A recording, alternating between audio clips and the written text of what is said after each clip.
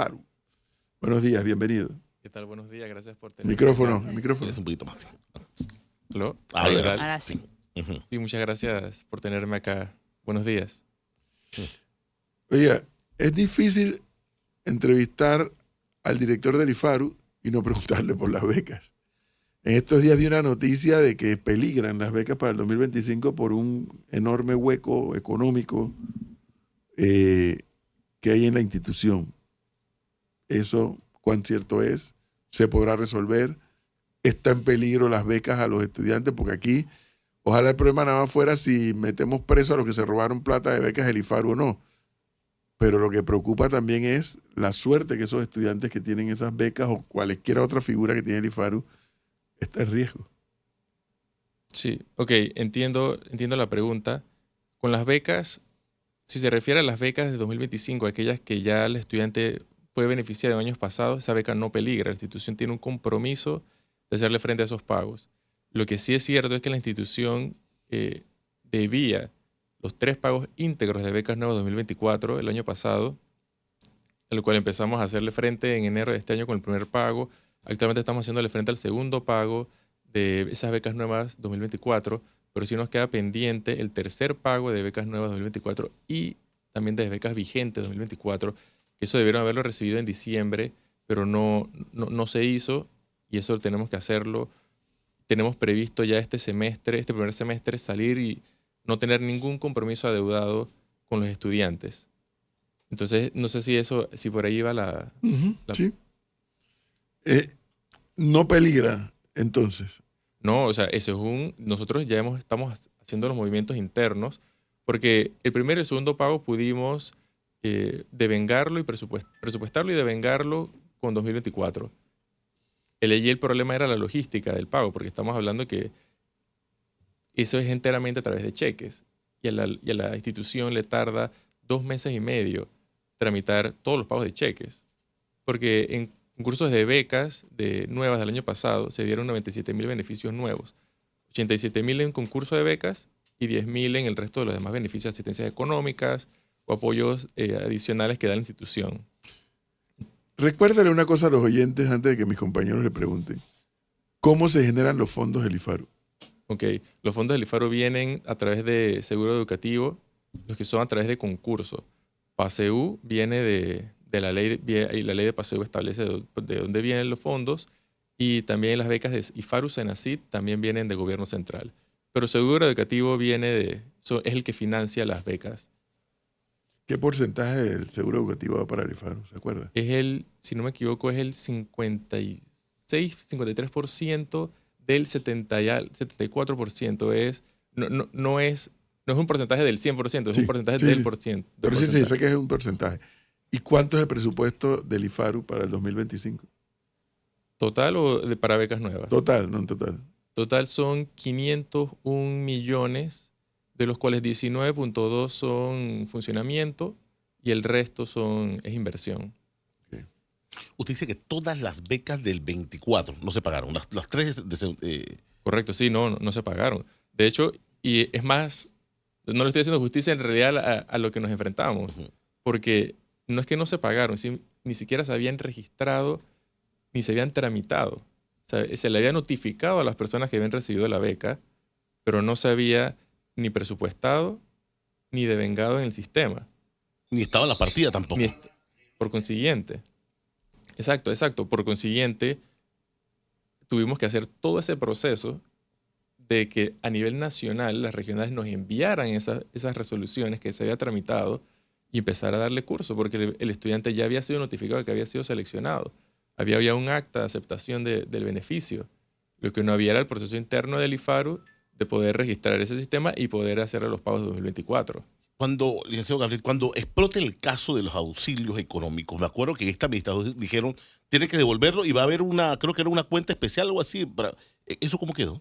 Ok, con la devolución tuvimos que crear el proceso de devolución, porque la institución, a pesar de que el auxilio económico es un contrato, este es un programa de la institución, y se suscribe un contrato con el beneficiario, el contrato contempla que si se ha habido un incumplimiento, no regresas al país, que no das tus créditos, no has recibido matrícula, se cancela y debes devolver.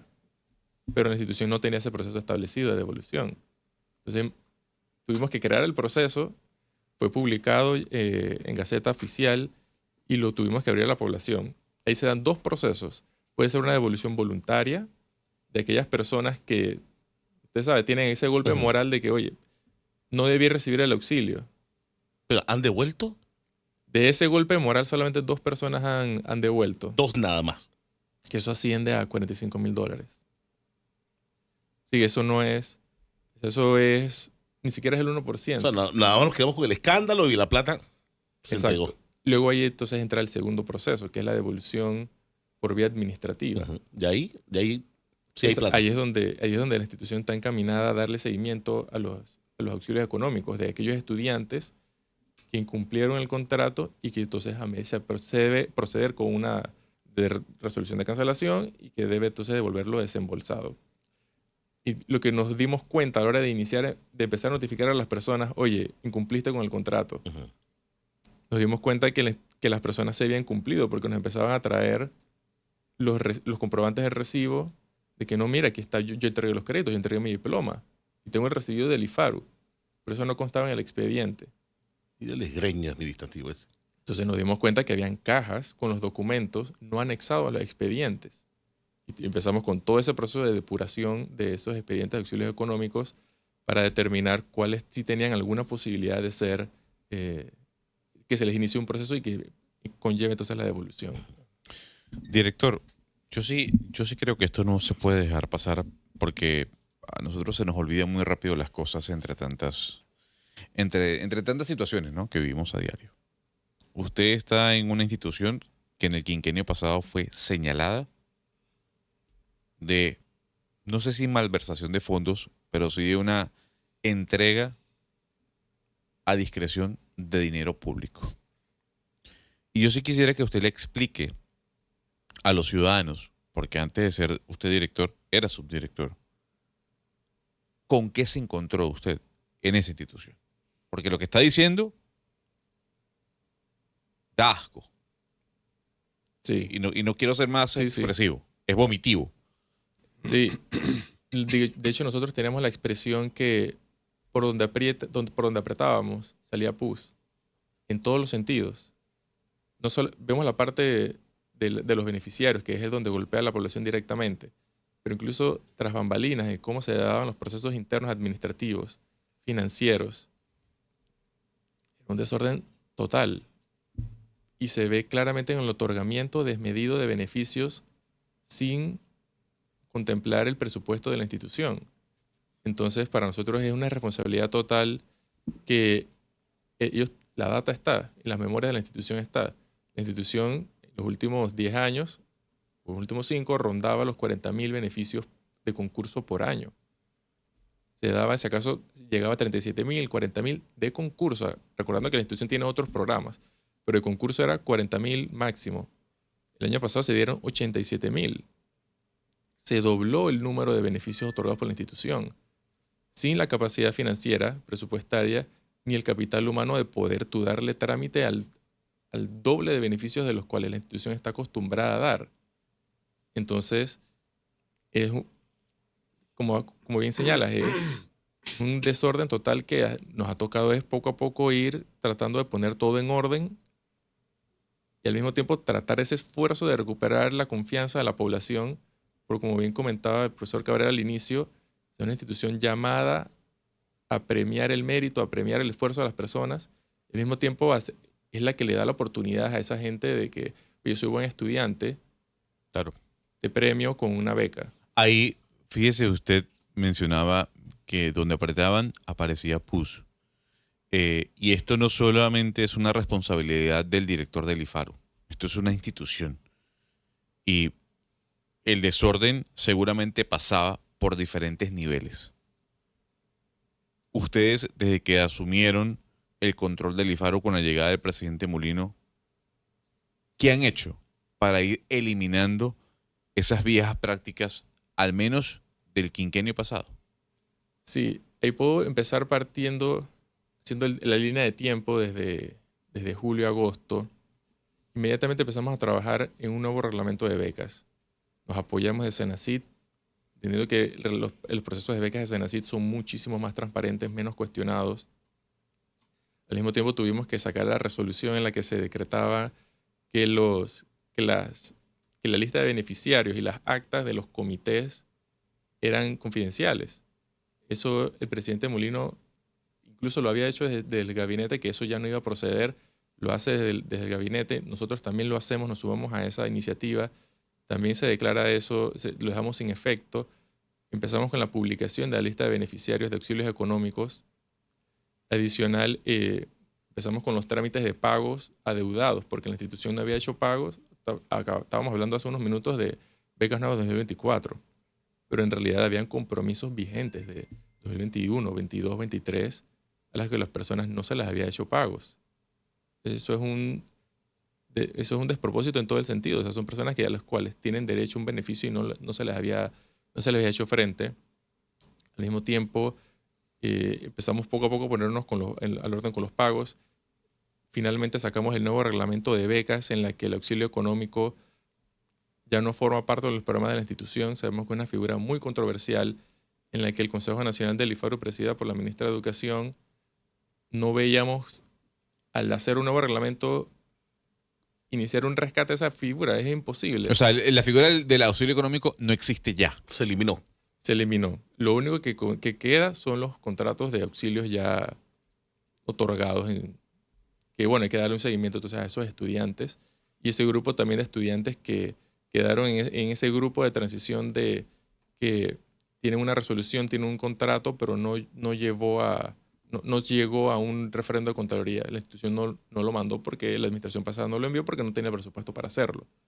Cuando entramos nosotros también nos vimos en la misma realidad. Y sí hemos hecho entonces al mismo tiempo poniéndonos al día con los pagos. Pero en sí, los 3 temáticas principales que nosotros estamos trabajando, poniendo en orden la institución, estamos pagando lo deudado, estamos también digitalizando. A ese punto yo quiero ir. Entiendo por una entrevista que usted dio que usted hablaba de que hay 500.000 personas que siguen recibiendo el pago A través de cheque. de cheques. La consulta es, ¿usted cree que en este quinquenio, si es que usted culmina los 5 años siendo director del IFARU, ese número se puede reducir a 0 No, o es inviable? no lo veo viable reducirlo a 0 porque sí reconozco que hay áreas remotas del país en las que, incluso con conversaciones que hemos tenido con el MIDES, que el MIDES también hace jornadas de pago, y sí nos han comentado en sus experiencias que áreas muy apartadas, comarcales del país, sí es muy complicado incluso que la persona tenga acceso al cheque, a una cuenta de banco, y el cheque entonces sí es la única vía en la que se les paga. Pero lo que sí vemos es inconcebible que incluso en las capitales de las provincias se cobre a través de cheque. O sea, hay sucursales de Banco Nacional disponibles, cercanas, en las que esas personas perfectamente pudiesen tener una cuenta bancaria y que la tienen. Entonces estamos en ese esfuerzo de sumarlos a tarjetas de clave social y que la persona ya no tenga que ir a formar filas a buscar un cheque.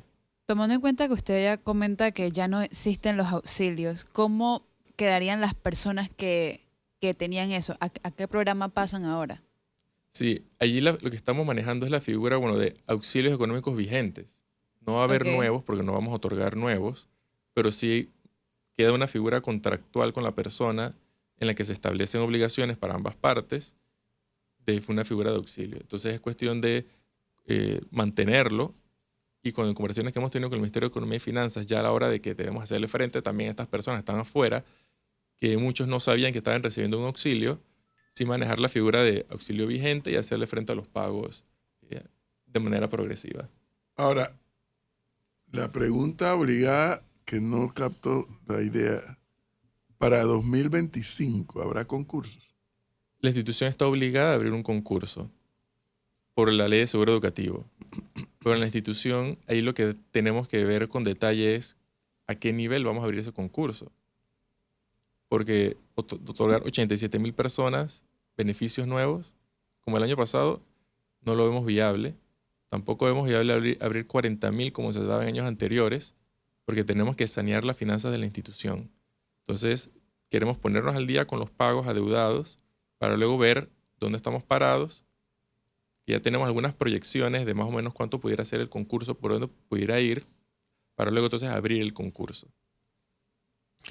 Las células cancerígenas que formaban parte de la antigua administración, cuando se habla de funcionarios, siguen presentes, y se lo pregunto por qué.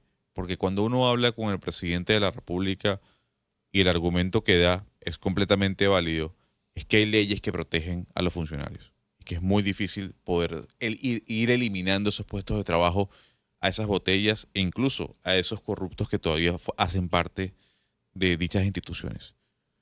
Para usted ha sido un tormento en medio de todo lo que se ha encontrado, ir depurando a esas fichas claves, a esos funcionarios que fueron parte de todo este entramado.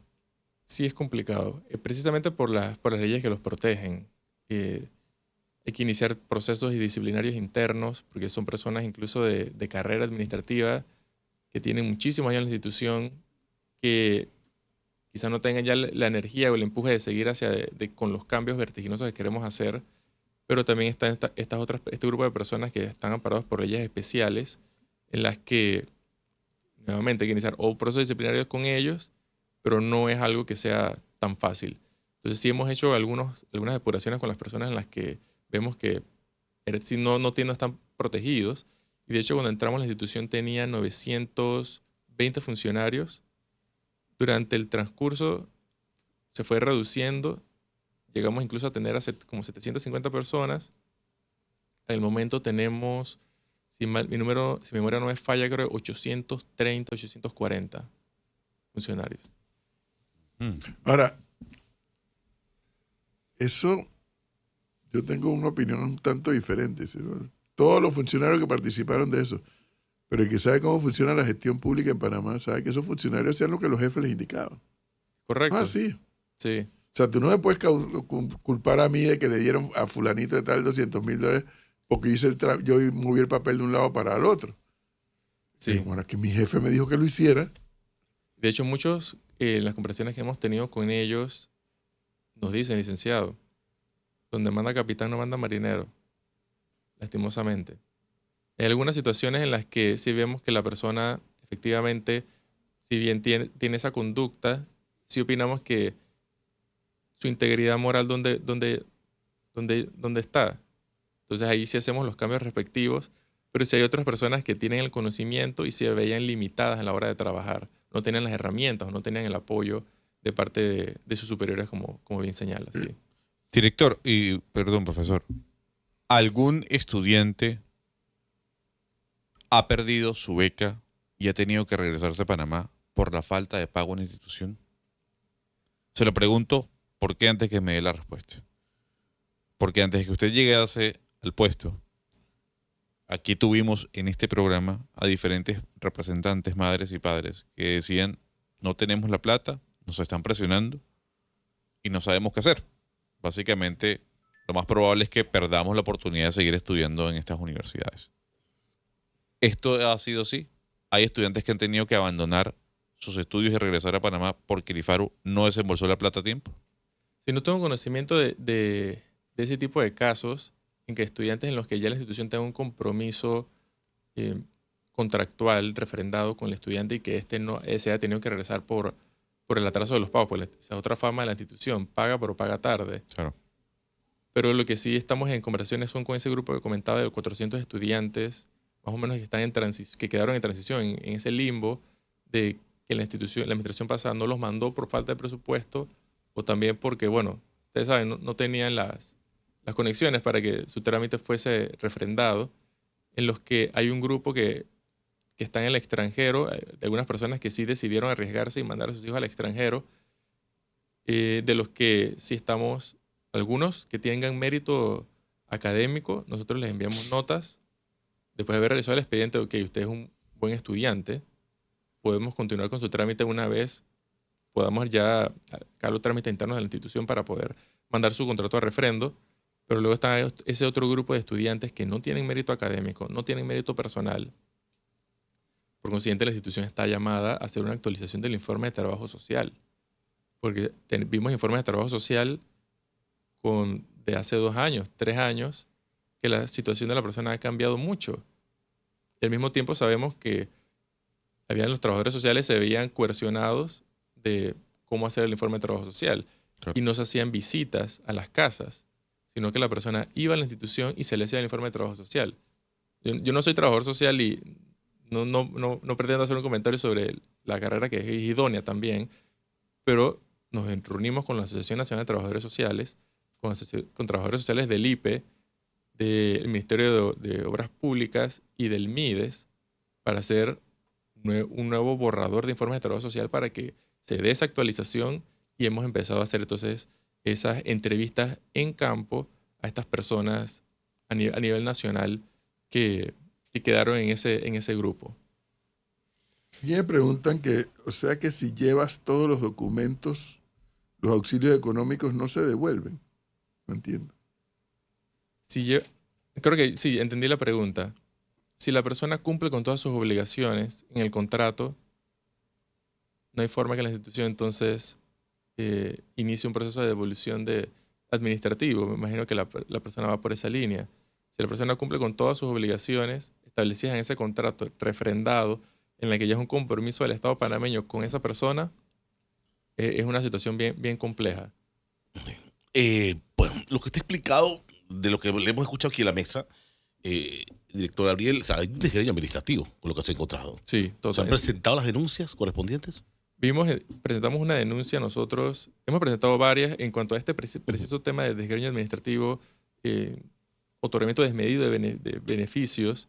Presentamos las denuncias, la denuncia respectiva para que el Ministerio Público inicie el proceso, pero igualmente ya el Ministerio Público tenía investigaciones en marcha sobre el otorgamiento de auxilios económicos y nosotros le hemos prestado toda la asistencia que ha sido requerida.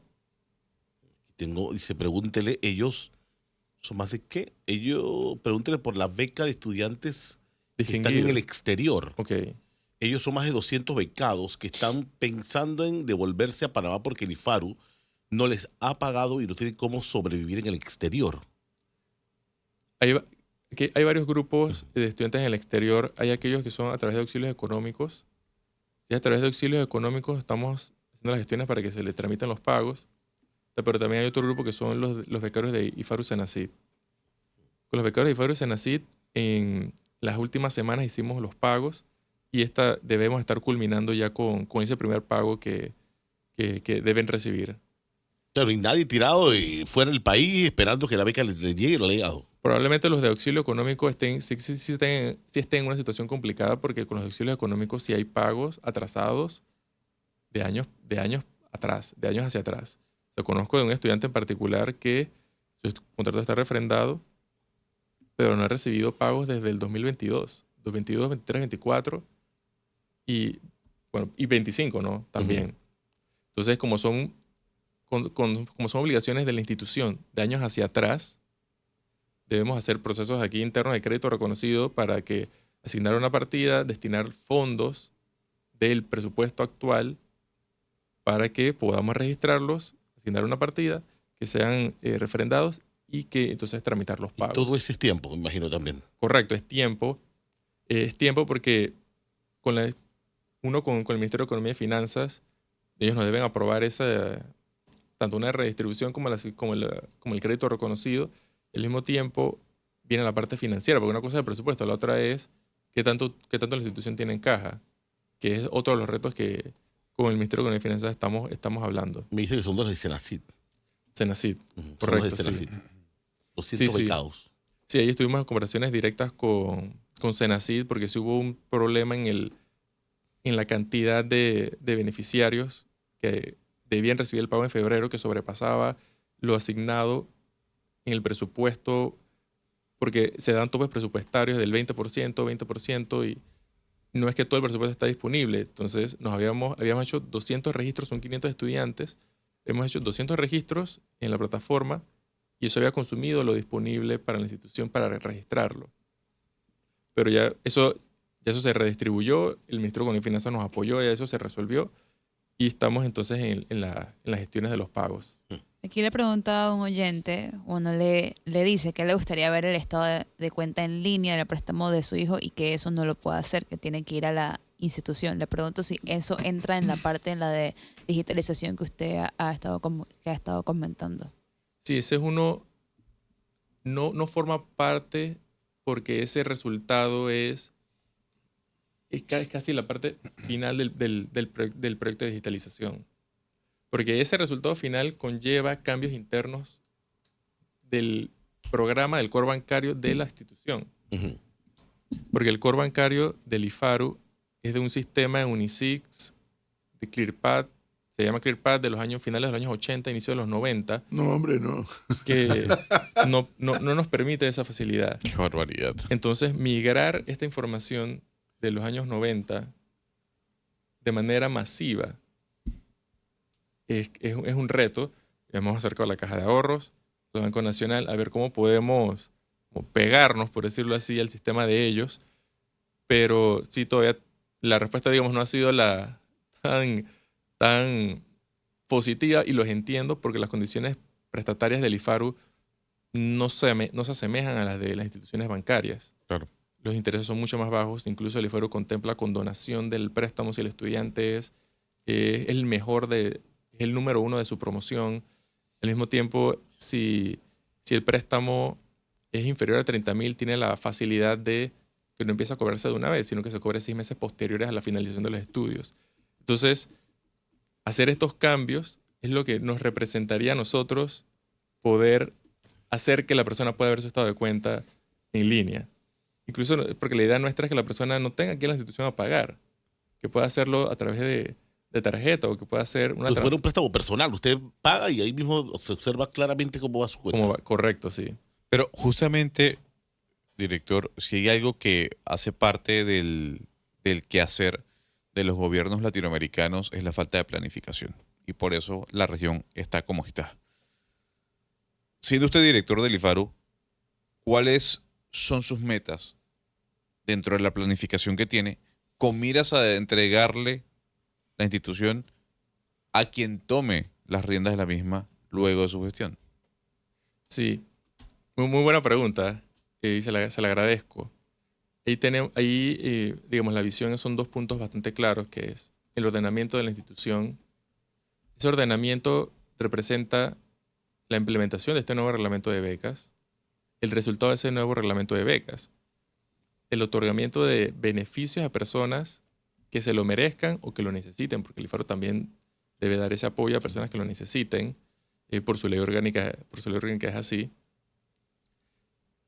Y que esa persona, una vez reciba el beneficio, su recurso, que es el nombre de la institución, aprovechamiento del recurso humano, debe ser aprovechado en el país.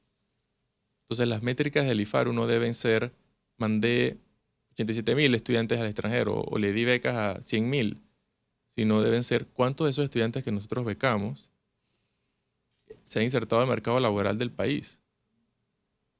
Por consiguiente, eso significa que los beneficios que nosotros vamos a otorgar de ahora en adelante van de la mano de un centro de perspectiva, cuáles son las áreas prioritarias del país para que, como todos los panameños que pagamos el impuesto de seguro educativo, se dirijan estas jóvenes promesas para que se preparen en estas áreas que ya sabemos que el país necesita, Claro.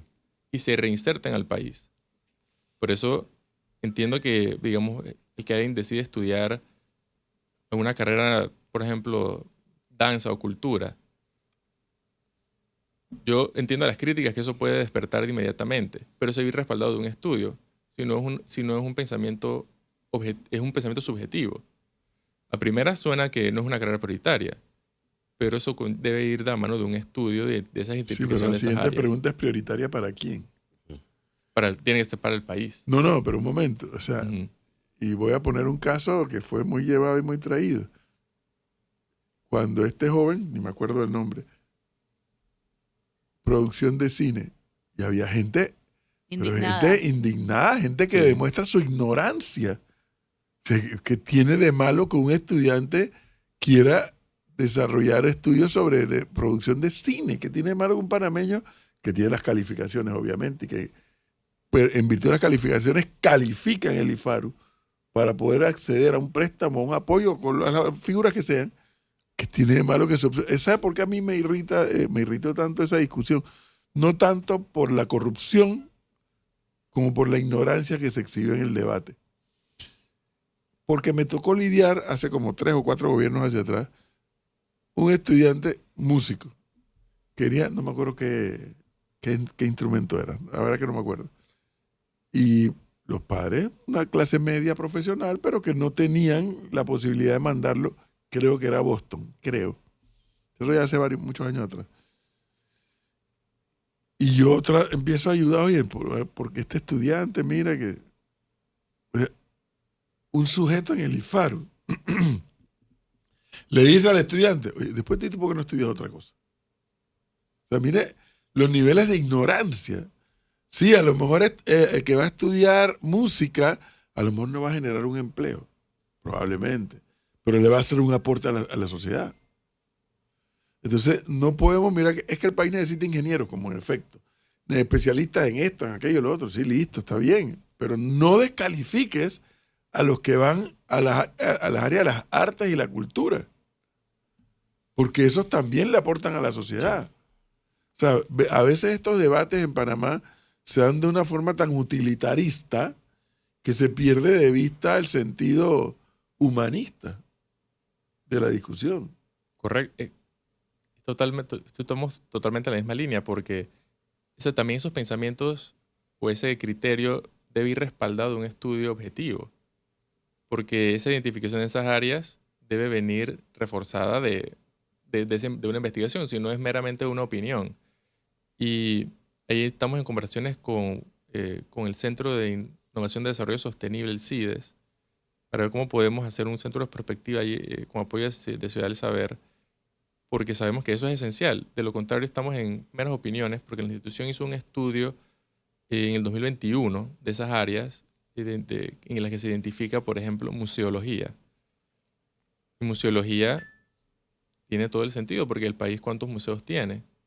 Y en conversaciones que hemos tenido con el Ministerio de Cultura, que sabemos que es el ente en el Ejecutivo rector por estas áreas, nosotros les planteamos, ustedes tienen que apoyarnos, porque el IFARU no es experto en arte. Lo mismo con Pandeporte, el IFARU no es experto en deporte. Ustedes son los que nos deben orientar y saber estos beneficios hacia dónde deben ir encaminados. Y lo que nos comentaba en esa conversación era que el país, por ejemplo, no tiene historiadores y no tiene arquitectos especializados en la conservación de monumentos históricos. Y eso vemos entonces esa identificación de esas áreas, pero la estamos viendo de manera empírica, en la que la institución, la entidad X nos dice, necesito esto. Pero eso también debe ir respaldado, como comento, de este estudio, que queremos empezar a hacer, incluyendo también la empresa privada, porque de nada sirve que las universidades aquí a nivel nacional no formen ese profesional que la empresa privada necesite. Es un tema que es la razón de ser del IFARU. Correcto. Que no es otra cosa que abrirle oportunidades, ojo, al que tiene y al que no tiene, porque es una entidad estatal para todos los panameños. Así es. No nada más para unos sí y para otros no. Eso fue una discusión que yo tuve con un contralor una vez. No, que esa familia tiene, eso no es problema tuyo. Si el estudiante se ganó una beca por mérito, eso no es problema tuyo si la familia tiene plata o no tiene plata. Se la ganó por mérito, no por otra cosa. Es correcto. Por eso la población que beneficia el IFARU es por mérito personal o por necesidad socioeconómica. O sea, no podemos irnos únicamente al mérito, entendiendo que vivimos en un país desigual en la que cómo podemos poner a competir en concursos, por ejemplo, o convocatorias a estudiantes por mérito a nivel nacional de la capital versus de las demás, puede que sea un área comarcal, por ejemplo, o áreas de difícil acceso. O sea, todos deben tener la misma oportunidad en ese mismo nivel Claro. de condiciones. Mire, cuando en la administración de Pérez Valladares se decidió la privatización o concesión de los puertos de Balboa y Cristóbal, me cuentan que no había suficientes panameños especialistas en temas de administración portuaria, por ejemplo. Sí, y por eso hicimos el acercamiento con el canal de Panamá, que necesita el canal. Y uno pensaría que, bueno, necesita ingenieros, necesita expertos. Y ellos nos comentaban que necesitan es formar personal técnico que esté dispuesto a hacer, por ejemplo, pasacables, que eso es una carrera técnica y que incluso ellos nos comentaban que las pruebas del canal requieren un nivel académico que los estudiantes cada vez les está costando Sí. alcanzar, y sobre todo estudiantes del interior que deben hacer ese trayecto hasta la ciudad capital para poder entrar a la fuerza laboral del canal. Entonces ahí es donde yo veo que el IFARU está llamado a hacer ese puente. El IFARU está llamado, director, a entender que la sociedad mundial está cambiando y que mientras nosotros estamos aquí debatiéndonos el seguro social y la edad de jubilación, en Europa se están debatiendo cómo trabajar con la inteligencia Con la artificial. inteligencia artificial. Llevan 3 reuniones en menos de un año y nosotros estamos enfocados en la edad de jubilación. Y si ponemos laptop o no en la Entonces, ojalá su gestión esté enfocada en trabajar de alguna otra forma, en que se desarrolle también el intelecto de digamos, en estas carreras que son necesarias, ¿no? ¿Y sigue recibiendo cartas de diputados o ya no? Ya los diputados no mandan? Siempre. Eso creo que es una práctica bastante Siempre. general, a lo cual yo en lo personal, para entender el por qué pasa, veo que, bueno, debe ser que como los diputados o las personas están cercanas a la población, les llegan estas solicitudes y ellos pensarán, bueno, voy a mandárselas a Elifaro a ver qué nos responde. Viene con el papelito aquí, clixadito, y el... Ese es siempre. 8:21, Siempre. 8:22, acaba de cambiar el reloj. Licenciado Cajiga, muchas gracias por darnos esta oportunidad de actualizarnos en lo que es su gestión al frente de el IFARU. No, gracias a ustedes por tenernos acá. ¿Sabe? Sí comentaba que era difícil tener una reunión. Estamos dispuestos a hacer los acercamientos que sean necesarios para recuperar esa confianza de la población, explicar lo que está pasando. Sabemos que no somos perfectos, se van a cometer errores, pero hay que seguir hacia adelante y iniciar este cambio que necesita la institución de manera crucial. Muchas gracias. No, gracias a Amable. ustedes. 8:22, señor Gustavo, vamos al cambio y regresamos. Estás escuchando